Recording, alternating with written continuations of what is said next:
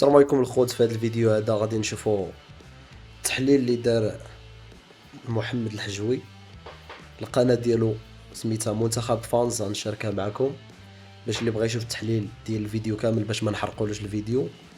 كيفاش كتوقف هاد الفرقه ملي ما كتكونش عندها الكره. الحلقه ديال البارح خدينا لي ستاتيستيك والداتا ديال هذا المنتخب هذا، فلا كنتي ما شفتيهاش اخي الفاضل شوفها. فالحلقه ديال اليوم غادي تكون بلا فيديو باش نعرفوا هذا المنتخب كيفاش كيلعب ونشوفوا كيفاش فين عنده طرف ديال الخبز مع من نقدروا فين اننا نقدروا ناخذهم.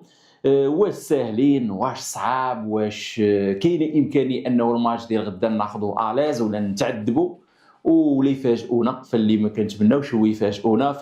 بصراحه احسن واحد حاليا في التحليل هو هذا منتخب فانز. اللي تفرجنا فيهم تبعناهم درنا لهم الاناليز، فرقه اللي محترمه، فرقه اللي عندها كتدافع مزيان بالبلوك ديالها اللي كتلعب به 4-4-2 بلا مسوديه، فرقه اللي كطيح البلوك وكتسيد، كتخلي لك البالون سيرتي ولا كتسبق عليك، كتعذبك وكتبقى كتدافع في المناطق ديالها وكتعتمد على الكواري طوال بزاف. فخلينا نمشيو نهضروا على هذا المنتخب هذا اسكتلندا، ونهضروا على هما معاهم البالون في ثلاثه ديال المراحل. الاول مرحله ديال الخط الاول في المرحله ديال البناء، ثاني مرحله في المرحله ديال الصناعه، وثالث مرحله في المرحله ديال الانهاء كيفاش كيوقفوا، وعاد ناخذوهم بلا كره في البا وفي الميديوم وكذلك في الهوب. فنبداو اول حاجه، هما معاهم الكره في اول خط من عند اللاعبين ديال المحاور او الحارس، كيوقفوا ب4-2-4. هذه الطريقه هذه دائما كيعتمدوا على روبرتسون. هذا اللاعب هذا كيعطيهم الزياده العدديه في اي لين مشاو ليه. كانت الكره هنا كيهبط كيبني معاهم كيعطيهم الزياده العدديه، كانت الكره في الميليو تيران كيزيد كيعطيهم الزياده العدديه، كانت الكره في الثلث الاخر كيزيد وكيعطيهم الزياده العدديه. وهنا بزاف ديال المدربين كيخلقوها بالظاهر، وكيختاروا دائما الظاهر اللي عنده جوده ديال اللاعب افضل. كيف ما كتلاحظوا حنا كنديروها باشرف حكيمي، في كل خط كيمشي معنا بالتدرج باش كيعطينا الزياده العدديه في كل لين والكره فيه. فهنا الطريقه ديال الوقوف ديالهم من اول خط كيطيحوا البالون من التحت، كيحاولوا انهم يبنيو ب4-2-4، كيمشيو للخط الثاني اللي هو الدوزيام لين ملي كتوصل ليه الكره. هنا روبرتسون كيفاش انه زاد، وهنا كيوليو كيتحولوا ل3-2-5. ماغين كيدخل الانصاف المساحات، الالي ديال برينتفورد كيطلع، بورنموث عفوا كيطلع وكيحل لهم في الباندا، وروبرتسون هو اللي كيجي كيكمل القناه الخامسه ديال الملعب، كيحل في هذه الجهه هذه. وكيزيدوا هاد اللاعبين هادو الهم ديالهم دائما ياخذوا الكره من عند اللاعبين ديال الدفاع. في اول مرحله هما نفسهم كياخذوها كيخرجوا ليها كواريه، ثاني مرحله هما نفسهم كياخذوها، وثالث مرحله ديال الانهاء كيزيد واحد وكيبقى غير واحد، كيوليو في 3-1-6. كيزيدوا واحد اللي الجوده ديالو هجوميا مزيانه، كيدخل البوكس كيكون مزيان، اللي هو اللاعب مارك توميني، اللاعب اللي مولف انه يدخل لابواط، اللاعب اللي مصالح مع الشبكه، كيفرابي طويل كيضرب بالراس مزيان، كيدخل وكيعطيهم دعامه في الكاري ديزويت. الملاحظ كيلعبوا على العرضيات، الملاحظ كيستقبلوا الكره وكيديروا دائما 4 اللعابه في البوكس كياخذوها، في اليسار الكره كيدخلوا 4، في اليمين الكره كيدخلوا 4. هذه هي البروجيكتيو ديالهم، ومعاهم البالون. بلا بالون المنتخب ديال اسكتلندا ما بين الضغط البلوك طالع كيلعبوا بهذا الشكل هذا اللي هي 4-1-3-2. ممكن اننا نقراوها ك 4-4-2 دايموند او لوزونج بنفس الطريقه الى ربطنا هذا مع هذا وهذا مع هذا. الفكره ديالهم هي هذه، ملي كيبغيو انهم يبريسيو كيخليو 4 الوسط كيحطوا 1 و5 كيمشيو كيبريسيو باش ما يخليوكش تخرج الكره. عندهم مشكله في الدوزيام بال ملي كطيح، ملي كيمشيو بحال هكا الدوزيام بال ملي كطيح كيبقاو عندهم بزاف ديال الميس. ولكن حنا الا لعبونا بهذه الطريقه هذه حنا عندنا الميليو ناضي، يعني الا خواونا الميليو صافي رانا رابحين 100% الا دخلوا لنا بهذه الطريقه هذه. ماشي 100% لان الكره ما فيهاش الثقه. مساحه لداخل، لكن انت قريب ليها وخديتي البروميير بال والدوزيام بال، اللعابه ديالو خداوها ساهلين كيتخاضوا في ترانزيسيون رابيد. عندهم فيها مشكله كيف ما خلقات لهم مشكله بزاف ديال المرات المنتخب ديال هايتي في العمق. عليا البارح عقلته عليا قلت الحلقه ديال البارح هذه كتكمله ليها، الاخرى كانت بالارقام اللغه ديال الداتا، واليوم فيديو. البارح قلنا بانهم عندهم مشكله لداخل، والسبب ديالها هي هذه الفكره هذه ملي كيطلعوا يضغطوا. الوقفه ديالهم الثانيه في الدوزيام لين، ملي انت كتحكمهم في الدوزيام لين كيرجعوا ل 4-4-2 بلا. هذه اللي هما صعاب فيها، ملي كيرجعوا كيسدوا ب 4-4-2 بلا في البلوك ميديوم كيوقفوا بها مزيان، وهذه اصعب حاجه كيديروها. الا لعبوا معنا بالضغط غناخذوهم باذن الله. الا لعبوا معنا ب 4-4-2 بلا سادين ككتله كيكونوا صعاب فيها، وداروها كونتر هايتي تقريبا الماتش كامل بمجرد ماركاو سالك حفلها بطريد جوج طوبيسات وخلاو هايتي تلعب ضد الوقت. فحتى حنا ضدنا ما خصناش نلعبوا ضد الوقت، خاصنا انه نبروغريسيو مزيان، نوليو رابيد مزيان في لي ترانزيسيون، ونلعبوا على الروتاسيون، نلعبوا على هذيك الفوضى المنظمه، اللعابه يدوروا. هذيك اكثر مشكله كتخلق لهم مشكله لداخل اللي وقعت لهم في المباراه الوديه ديالهم مع اليابان.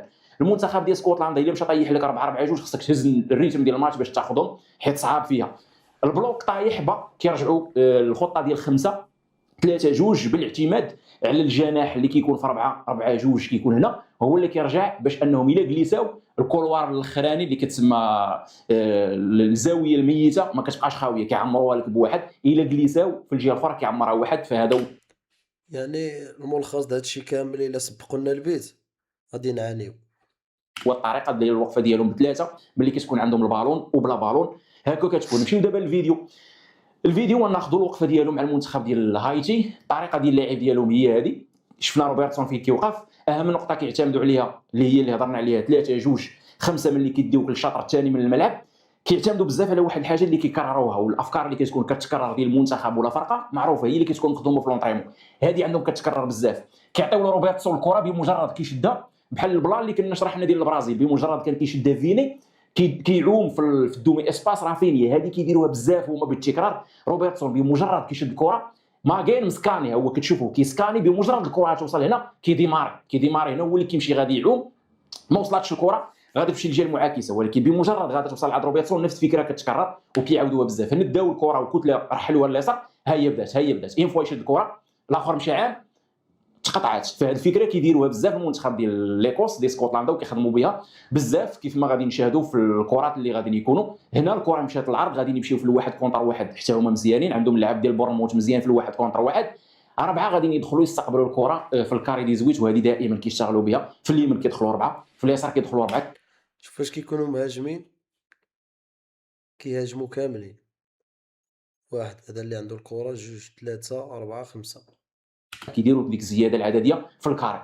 نمشيو للكره اخرى هذه ملي غادا تضيع غتبدا من عند الحارس ب 4-2-4 يتحولوا ل 4-2-5 بنفس الطريقه اللي هضرنا عليها. الكره واجده هنا غادي تمشي عند روبرتسون، التحرك ديال اللعابه يبداو كروازيو ويخرجوا باش انهم يطلبوها في هذه الجهه هذه. ها هي بدات هي هذه كيطلبوها وكيمشيو زائد كيزيدوا اللعابه كيعطيوهم دعامه وكيزيدوا كاملين باش انهم ياخذوها ويحولوا الكره من اليمين لليسار باش انهم كيشتتوا لك الوقفه ديالك فصعاب بالبالون فرقه اللي كتعرف تلعب بالبالون. ونرجعوا 3-1-6 هي هذه.